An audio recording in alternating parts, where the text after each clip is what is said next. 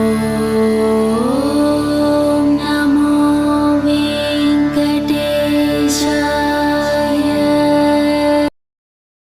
வணக்கம், நான் உங்கள் கோவிந்தராஜன். இது சப்தகிரி டிராவல் எக்ஸ்பி. இந்த வீடியோவில் நம்ம என்ன பார்க்க போகிறோன்னா, 108 வைணவ தலங்களையும் பார்க்கறதுக்கு பலருக்கு ஆசை இருக்கும். இந்த பாரத தேசம் முழுக்க பரவி இருக்கும் இந்த வைணவ தலங்களை எல்லாத்தையும் நேரில் போய் பார்க்குறதுங்கிறது அவ்வளோ ஈஸியான விஷயம் இல்லை. ஆனால் இந்த மொத்த வைணவ தலங்களையும் ஒரே இடத்துல வச்சு பார்க்க முடியுமா அப்படின்னா பார்க்க முடியுங்க. அதை பற்றின விவரங்கள் தான் இந்த வீடியோவில் தொடர்ந்து நம்ம பார்க்கலாம். 108 திவ்ய தேசத்தில் 106 தலங்கள் மட்டும்தான் இந்த பூலோகத்தில் இருக்குது. 107வது தலமான பார்க்கடலும் 108வது தலமான வைகுண்டமும் நம்மளால் மோட்சம் பெற்று வைகுண்டம் போனால் மட்டும்தான் பார்க்க முடியும். இவ்வளவு சிறப்பு வாய்ந்த இந்த 108 திவ்ய தேசங்களையும் ஒரே இடத்துல காணும் வாய்ப்பு நமக்கு இப்போ கிடைச்சிருக்கு. செங்கல்பட்டுக்கு அருகில் இருக்கிற திருவடி சூலம் அப்படிங்கிற இந்த இடத்துல தேவி உபாசகர் புண்ணியகோட்டி மதுரை முத்துசுவாமிகள் என்ற பெருமான் தான் இந்த அற்புத காரியத்தை நிகழ்த்தியிருக்காரு. திருப்பதி வெங்கடாஜலபதி பெருமாள் நடுநாயகமாக வீற்றிருக்க அவரை சுற்றி 107 வைணவ தலங்களும் தனித்தனி ஆலயமாக சிறிய அளவில் கட்டப்பட்டிருக்குங்க. இதை உருவாக்கத்துக்கு முன்னாடி இந்த பூலோகத்தில் உள்ள ஒவ்வொரு திவ்ய தேசத்துக்கும் போய் அங்கே ஒவ்வொரு சால கிராமத்தையும் வச்சு பூஜையெல்லாம் செஞ்சு அத்தலத்தில் உள்ள புண்ணிய தீர்த்தங்களை கொண்டு இந்த கோயிலில் எப்படி அந்த பெருமாள் காட்சியளிக்கிறாரோ அதே போல் அதே விக்கிரகம் இங்கேயும் அதே மாதிரி அமைக்கப்பட்டிருக்கு. 2018ஆம் ஆண்டு இந்த திவ்ய தேச கோயிலுக்கு அஷ்டபந்தன மகா கும்பாபிஷேகம் நடந்தது. திருமலையில் 7 மலைகளுக்கு நடுவே வெங்கடாஜலபதி பெருமாள் குடியிருக்காரு. அதே மாதிரி இங்கே 108 திவ்ய தேச கோயில்களுக்கு நடுவே வெங்கடாஜலபதி பெருமாள் குடிகொண்டிருக்காரு. வேறு எங்கேயுமே காண முடியாத ஒரு அற்புதமான காட்சியாக இருக்குது. இந்த கலியுக அவதாரமான ஸ்ரீவாரி வெங்கடாஜலபதி பெருமாள் கோவில் கருமாரியம்மன் கோயிலோட பின்பக்கத்தில் தான் அமைஞ்சிருக்கு. இந்த இடத்துல கருமாரியம்மன் கோயில் மிக மிக பிரம்மாண்டமாக கட்டப்பட்டிருக்கு. அந்த இடத்துக்கு பேர் ஆதி மகாசக்தி தேவி ஸ்ரீ கருமாரியம்மன் மகா ஆரண்ய கஷேத்திரம் அப்படிங்கிற பேரில் தான் இந்த கோயில் இங்கே உருவாக்கப்பட்டிருக்கு. அந்த கருமாரியம்மன் கோயிலுக்கு பின்பக்கத்தில் தான் இந்த திவ்ய தேச கோயில் அமைஞ்சிருக்கு. 51 அடி உயரத்தில் கருமாரியம்மன் சிலை மிக மிக பிரம்மாண்டமாக அமைக்கப்பட்டிருக்கு. இந்த கோயில் எங்கே அமைஞ்சிருக்குன்னு பார்த்தீங்கன்னா, சென்னையிலேருந்து செங்கல்பட்டு போகிற வழியில் சிங்கபெருமாள் கோயில் ஸ்டாப்பிங் இருக்கும். அதை தாண்டி போனோம்னா மஹிந்திரா சிட்டி சிக்னல் வரும். அந்த சிக்னலில் உள்ள மஹிந்திரா சிட்டி உள்ளே தான் நம்ம போகணும். அந்த சிக்னல்லேருந்து 8 கிலோமீட்டர் தூரத்தில் தான் இந்த திருவடி சூலம் இடம் அமைஞ்சிருக்கு. இந்த மஹிந்திரா சிட்டி ரோட்லேயே போகலாம். அந்த ரோடு முடிஞ்ச பிறகு கிராமத்து ரோடு ஆரம்பிக்கும். அது வழியாக போனோம்னா பைரவர் கோயிலோட பெரிய ஒரு ஆர்ச் ஒன்று இருக்கும். அந்த ஆர்ச் உள்ளார பூந்து போனோம்னா ஒரு 1/2 கிலோமீட்டர் தூரத்தில் அந்த பைரவர் கோயில் இருக்கும். அதையும் தாண்டி போனோம்னா இந்த 1 கிலோமீட்டர் தூரத்தில் தான் இந்த திருவடி சூலம் கிராமம் அமைஞ்சிருக்கு. அந்த பைரவர் கோயில் தாண்டி போகும்போதே ஃபர்ஸ்ட் ரைட்டு ஒன்று இருக்கும். கூகுள் மேப்பில் அந்த ரோடு தான் காட்டுது. பட் அந்த ரோட்டில் போனோம்னா அந்த கோயில் அடைய முடியாது. அதுக்கு அடுத்த ரோட்டில் போனோம்னா பெரிய ரோடாக திரும்புது. பஸ் ரூட்டு மாதிரி இருக்குது அந்த இடம். அந்த இடத்துல கருமாரியம்மன் ஆலயம் போகும் வழி அப்படின்னு போர்டு வச்சுருக்காங்க. அந்த வழியாக போனோம்னா கொஞ்சம் தூரத்துலேயே அந்த கோயில் தெரியும். அந்த இடத்துல சிறிய குன்றுகள் நிறைய இருக்குது. பச்சை பசேல்னு இருக்குது. அந்த இடம் பார்க்குறதுக்கு ரொம்ப அழகான ஒரு ரம்யமான இடமா இருக்குது. கருமாரியம்மன் ஆலயம் தான் நம்மளை வரவேற்குது. அதுக்கு அடுத்தது பின்பக்கத்தில் தான் அந்த 108 திவ்ய தேச கோயில் அமைஞ்சிருக்கு. நிறைய கடைகள்லாம் இருக்குது. கூல்ட்ரிங்க்ஸ் கடை, ஸ்நாக்ஸ் கடை, டாய்ஸு, ஃபேன்சி ஸ்டோர் கடை, இந்த மாதிரி நிறையா இருக்குது. அதெல்லாம் தாண்டி நேராக போனோம்னா கோயிலோட பிரதான ஆர்ச், பிரதான ராஜகோபுரம் நம்மளை வரவேற்குது. சிறிய ராஜகோபுரம் தான். அந்த ராஜகோபுரத்தை தாண்டி உள்ளே பார்த்தோம்னா மகாசக்தி பீடம் அப்படிங்கிற பெரிய ஒரு திரிசூலம் அந்த இடத்துல ஒரு அமைப்பு வச்சுருக்காங்க. அந்த சக்தி பீடத்துக்கு மேலே ஏறி எண்ணெய் விளக்கு ஏற்றுறதுக்காக 10 ரூபா சார்ஜ் பண்ணுறாங்க. அது மேலே ஏறி போகிறதுக்கு படிகள் வச்சுருக்காங்க. அது மேலே ஏறி நீங்கள் வழிபட்டுட்டு திரும்ப கோயிலுக்கு போகலாம். அதன் பிறகு உள்ளே போனோம்னா கருமாரியம்மன் ஆலயம் ரொம்ப அழகாக அமைச்சிருக்காங்க. அதை வணங்கிட்டு அங்கேருந்து கருவறைக்கு போனோம்னா அங்கே அம்பாளை தரிசனம் செய்யலாம். பளிச்சுன்னு இருக்குது அம்பாளோட திருமுகம். ரொம்ப ரொம்ப அழகாக அமைச்சிருக்காங்க அந்த இடத்துல. அந்த கருமாரியம்மனை வணங்கிட்டு வெளியில் வந்தோம்னா அந்த கோயிலுக்கு பேக் சைடில் தான் கருமாரியம்மனோட 51 அடி உயர மிக பிரம்மாண்டமான சிலை ஒன்று அமைஞ்சிருக்கு.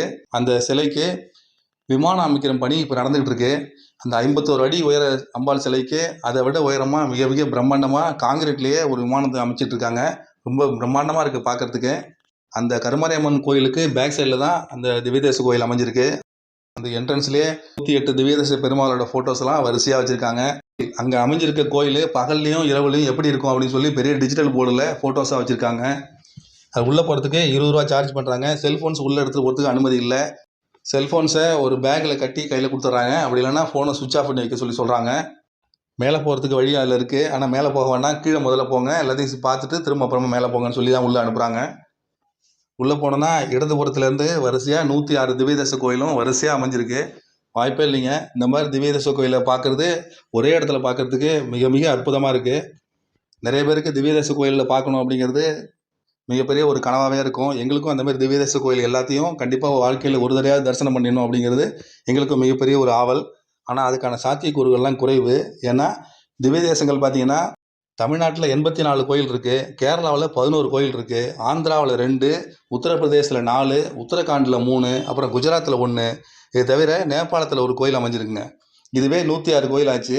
இது தவிர 107வது கோயில் பார்க்கடல், 108வது கோயில் ஸ்ரீ வைகுண்டம். இது ரெண்டையும் நம்மளால் போக முடியாது. அதனால் இந்த கோயிலுக்கு அனைத்தையும் நம்ம நேரில் பார்க்கறதுக்கு வாய்ப்பு மிக மிக குறைவு. ஆனால் அந்த திருவடி சூலம் வந்தோம்னா 106 திவ்ய தேசங்களையும் பார்க்கறதுக்கான ஒரு பெரும் பேரு நமக்கு கண்டிப்பாக கிடைக்கும். தனித்தனியாக ஒரு பெருமாளையும் சிறிய சன்னதிகளில் அந்த விக்கிரகங்களில் இந்த கோயிலில் அந்த விக்கிரகம் எப்படி காட்சி அளிக்குமோ அதே மாதிரி அழகாக செஞ்சுருக்காங்க. இந்த ஒரு கோயில்லையும் சுவாமியோட பெயரும் அந்த எந்த ஊரில் அந்த கோயில் அமைஞ்சிருக்கு அப்படிங்கிற பேரும் அழகாக அதில் பதிவு பண்ணியிருக்காங்க. அந்தந்த கோயிலில் அந்த பெருமாள் எப்படி இருக்காரோ அதே மாதிரியே அழகாக அற்புதமாக செஞ்சு வச்சுருக்காங்க. எல்லாத்தையும் பார்த்து முடிக்கிறதுக்கு மினிமம் அரை மணி நேரமாவது ஆகலாம். நம்ம பார்க்காத கோயில் என்னென்ன இருக்குதுன்னு நம்ம தேடிட்டு இருக்கும்பொழுது அது நமக்கு கணக்கில் வரமாட்டேங்குது. ஏன்னா நம்ம பார்த்தது தான் கம்மியாக இருக்குது. நம்ம பார்த்தது என்னோம்னா சீக்கிரமாக எண்ணிடலாம், அந்த அளவுக்கு தான் இருக்குது. அதை சுற்றி வந்தோம்னா மொத்தம் 105 திவ்ய தேச தலங்கள் கீழே எல்லாமே இருக்குது. அதன் பிறகு மாடிப்படி இருக்குது. அது வழியாக மேலே ஏறி போனோம்னா சுற்றி உள்ள 105 திவ்ய தேச தலங்களுக்கும் நடுநாயகமாக திருப்பதி ஸ்ரீவாரி வெங்கடாஜலபதி பெருமாள் மிக மிக அழகாக தனி கோயிலில் 11 அடி உயரத்தில் பிரம்மாண்டமாக காட்சி அளிக்கிறாரு. மேலே ஏறி போகும்போதே தூரத்தில் அந்த பெருமாள் மிக மிக அழகாக காட்சி அளிக்கிறாரு. திருப்பதியில் மேலே ஒரு 11 அடி உயரத்தில் ரொம்ப அழகாக காட்சி அளிக்கிற மாதிரியே அதே மாதிரி தத்ரூபமாக அப்படியே செஞ்சு வச்சுருக்காங்க. இங்கேயும் அந்த வெங்கடாஜலபதி பெருமாளையும் தரிசனம் பண்ணிவிட்டு அதுக்கப்புறம் அந்த ஹாலில் பார்த்தோம்னா அந்த இடத்துல பெருசாக விளம்பரம் பண்ணி வச்சுருக்காங்க. இதே இடத்துல 107வது தலமான பார்க்கடலையும் 108வது தலமான வைகுண்டத்தையும் பெயிண்ட் மூலமும் சாலக்கிராம கற்கள் கொண்டும் வடிவமைக்க போகிறதா அந்த இடத்துல அறிவிச்சிருக்காங்க. அந்த சாலக்கிராம கற்கள் வாங்கிறதுக்கு நன்கொடைகள்லாம் கேட்டிருக்காங்க. அதில் நம்ம வாய்ப்பு உள்ளவங்க கலந்துக்கிட்டு இந்த புண்ணிய காரியத்தில் 108 திவ்ய தேச கோயில் உருவாக்குற காரியத்தில் நம்மளும் கலந்துக்கிட்டு இந்த புண்ணியத்தை நாமளும் அடையலாம். அந்த கோயிலை விட்டு வெளியில் வந்தோம்னா அங்கே ஒரு சின்ன ஒரு கேண்டீன் வச்சுருக்காங்க. அங்கே பிஸ்கட்டு, டீ, காஃபி இதெல்லாம் அந்த இடத்துல கிடைக்கிது, கூல்ட்ரிங்க்ஸ்லாம் கிடைக்கிது. இதே மாதிரி இங்கே இன்னொரு முக்கியமான விசேஷமும் இங்கே கூடிய சீக்கிரம் நடைபெற இருக்குன்னு சொல்லி பெரிய போர்டு வச்சுருக்காங்க. அது என்னென்னு பார்த்தீங்கன்னா 51 அடி உயரம் கொண்ட கருமாரி அம்மன் கோயிலுக்கு பக்கத்துலேயே சிவபெருமானுக்கு 166 அடி உயரத்தில் மிக பிரம்மாண்டமாக சிவலிங்கம் அமைக்க திட்டமிட்டு அதுக்கான வேலைகள்லாம் தொடர்ந்து இப்போ நடந்துகிட்டு இருக்கு. கருங்கல்லால் செய்யப்பட இருக்கும் இந்த சிவலிங்கம் 166 அடி உயரத்தில் அமைக்க போகிறாங்க. இதுக்கு 84 அடி அகலம் கொண்டதாகவும் இதோட ஆவுடையார் அப்படிங்கிற பீடம் இருக்கு பாருங்க, அந்த பீடம் மட்டுமே 55 அடி உயரமும் அதுக்கு மேலே 111 அடிக்கு மகா சிவலிங்கமும் அமைக்கப்பட இருக்கு. இதற்கான அறிவிப்புகள்லாம் அந்த இடத்துல இருக்குது. அதற்கும் நன்கொடைகள்லாம் நிறைய வசூல் பண்ணிட்டு இருக்காங்க. நம்மளால் எந்த வரைக்கும் தனியாகவோ இல்லை குழுவாகவோ சேர்ந்து இதில் நன்கொடை அளிக்கலாம். ஒரு கல்லோட விலை 16,000 ரூபான்னு அறிவிச்சிருக்காங்க. இந்த மாதிரி 10,000 கற்களுக்கு மேலே அவங்களுக்கு தேவைப்படுது. இந்த ஒரு கல்லோட மதிப்பான 16,000 ரூபாய் ஒருத்தவங்க நன்கொடை செலுத்தினாங்கன்னா அவங்களோட பெயரை ஆவுடையார் பீடத்தில் வைக்க போகிற கருங்கல்ல அவங்களோட பெயரை செதுக்கி அதில் பீடத்தில் ஃபிக்ஸ் பண்ணலாம் அப்படின்னு சொல்லி அதில் அறிவிச்சிருக்காங்க. பல ஏக்கர் அளவில் பறந்து விரிந்து காட்சி அளிக்கும் இந்த இடம் ரொம்ப ரொம்ப அற்புதமாக இருக்குங்க. நிறைய மலைகள் சுற்றி இருக்கிறதுனால அந்த மலையடி வாரத்தில் நடுப்புற இந்த இடம் அமைஞ்ச மாதிரி ரொம்ப அழகாக இருக்குது. இந்த இடத்துக்கு வரத்துக்கு செங்கல்பட்டுலேருந்து வெள்ளிக்கிழமை மற்றும் ஞாயிற்றுக்கிழமையில் காலையில் 7 மணிலேருந்து 1 மணி நேரத்துக்கு ஒரு பஸ்ஸு இந்த திருவடி சோளத்துக்கு வந்துட்டு போகுது. அது வெள்ளிக்கிழமை மற்றும் ஞாயிற்றுக்கிழமையில் மட்டும்தான் வரும். அதே மாதிரி சென்னை திருவான்மியூர்லேருந்து தினசரி காலை 5 மணிக்கு இந்த திருவடி சோளத்துக்கு பஸ் ஒன்று வருது. அதே மாதிரி சாயங்காலம் 7 மணிக்கு இந்த திருவடி சோளத்துலேருந்து திரும்பவும் திருவான்மியூருக்கு போகுது. இது தினசரி சர்வீஸாக இருக்குது. காலையில் 5 மணிக்கு கிளம்பி அங்கேருந்து வரும், திரும்ப சாயந்தரம் 7 மணிக்கு இங்கேருந்து கிளம்பி திருவான்மியூர் போகும். அந்த மாதிரி தான் இது இருக்குது. நம்ம சாதாரணமாக அந்த கோயிலுக்கு போகணுன்னா நம்மளுடைய சொந்த 2 வீலர்லேயோ இல்லை கார்லேயோ அல்லது வாடகை வண்டியிலோ போகிறது தான் நல்லது. ஏன்னா பொது போக்குவரத்து வந்து ரொம்ப ரொம்ப இங்கே கம்மி. சிங்கபெருமாள் கோயில் இறங்கிட்டு உள்ளே போகிறதுக்கு தனியாக ஆட்டோலாம் போனோம்னா ரொம்ப சார்ஜ் அதிகமாகும். நம்மளோட ஓன் வெஹிக்கிளாக இருந்தால் நம்ம நிதானமாக போகிற வழியிலே உள்ள பைரவர் கோயிலையும் பார்த்துட்டு அதுக்கப்புறம் இந்த திவ்ய தேச கோயிலையும் பார்த்துட்டு திரும்ப நிதானமாக வரலாம். இந்த கோயிலுக்கு நிறைய பேர் எப்படி வராங்கன்னா ஒரு 15-20 பேர் சேர்ந்து ஒரு வேன் ஒன்று எடுத்துகிட்டு தான் வராங்க. இந்த சிங்கபெருமாள் கோயிலை ஒட்டி இன்னும் 2-3 கோயில் முக்கியமான கோயில்கள் இருக்குது. காடலாத்திரி நரசிம்மர் கோயில், செட்டிப்புண்ணியம் ஹைகிரீவர் கோயில், அதுக்கப்புறம் இந்த பைரவர் கோயில், கடைசியாக இந்த 108 திவ்ய தேச கோயில், இதெல்லாம் பார்க்கறதுக்காக எல்லாம் குரூப்பாக கிளம்பி வர்றாங்க. சென்னையிலேருந்து பார்த்தீங்கன்னா ஆஃப் டே பிளானில் இது எல்லாத்தையுமே பார்த்து திரும்ப போயிடலாம். கோயிலோட நடை திறந்திருக்க நேரம் பார்த்தீங்கன்னா காலையில் 7:30லேருந்து இரவு 8 மணி வரைக்கும் திறந்திருக்காங்க.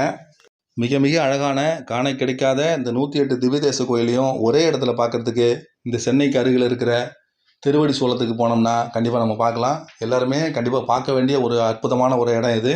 வாய்ப்பு இருக்கவங்க இதை போய் பார்த்துட்டு வாங்க. மறுபடியும் இதுமாரி இன்னொரு அப்டேட்ஸோட உங்களை மீண்டும் சந்திக்கிறேன். இந்த வீடியோ உங்களுக்கு பிடிச்சிருந்துன்னா உங்கள் நண்பர்களுக்கும் இதை ஷேர் பண்ணுங்கள். என்னோடய சேனலை சப்போர்ட் பண்ணுங்கள், லைக் பண்ணுங்கள். நன்றி, வணக்கம்.